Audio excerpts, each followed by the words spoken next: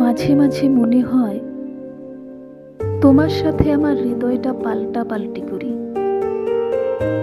যাতে তুমি বুঝতে পারো আমি তোমাকে কতটা ভালোবাসি, আর আমি বুঝতে পারি তুমি আমাকে ঠিক কতটা ঘৃণা করো। পৃথিবীতে এমন কিছু মানুষ আছে যাদেরকে কখনো ভুলে থাকা যায় না, কিন্তু তারা সব সময় দুঃখই দিয়ে যায়। কিন্তু তারপরেও তাদেরকে ভুলে থাকা যায় না। এমন কেন হয় এই পৃথিবীর মানুষগুলো? আমার কান্নার শব্দ যাকে ব্যথিত করেনি, আমার মৃত্যুর সংবাদে সে কখনো ব্যথিত হবে না।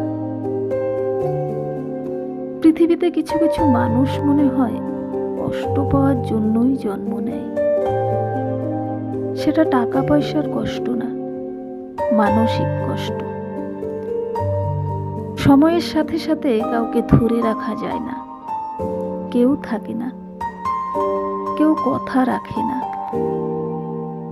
সেদিন বিদায় বেলায় মুখের হাসিটাই দেখেছিলে, চোখের কোণে জলটা হয়তো দেখোনি।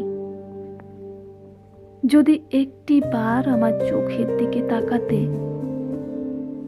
তাহলে কখনো স্বার্থপরের মতো আমাকে কষ্টের সাগরে ভাসিয়ে দিয়ে অন্য কারো সাথে ভালোবাসার পাল তুলে নিশ্চিন্ত জীবনের ডিঙায় ভেসে যেতে না।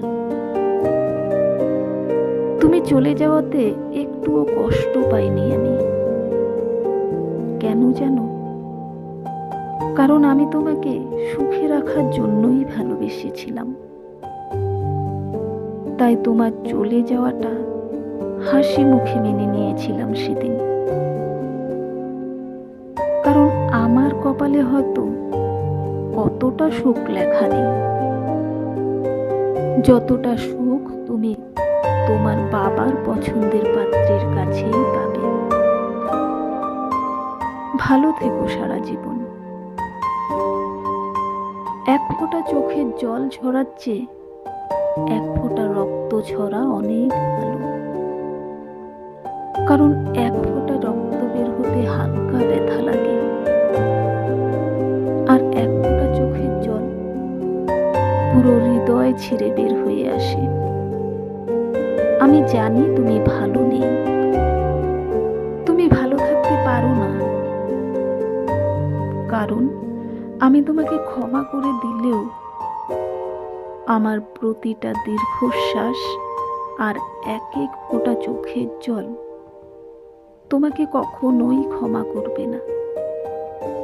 এটা আমার অভিশাপ না, এটা প্রকৃতির হিসাব। কাউকে কষ্ট দিয়ে কেউ ভালো থাকতে পারে না।